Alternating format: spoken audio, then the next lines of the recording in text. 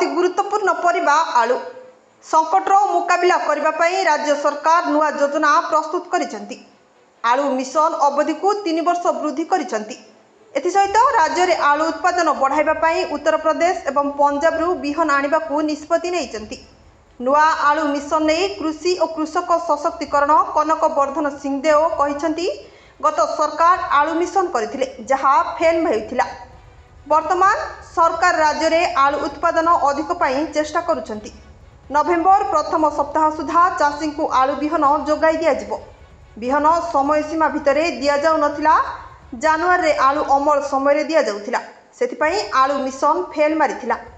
एथिसहित राज्य में आलू उत्पादन बढ़ाइबा पाई उत्तर प्रदेश एवं पंजाब रु बिहन आनिबाकू निष्पत्ति नेइछंती। Bureau report, Odisha digital.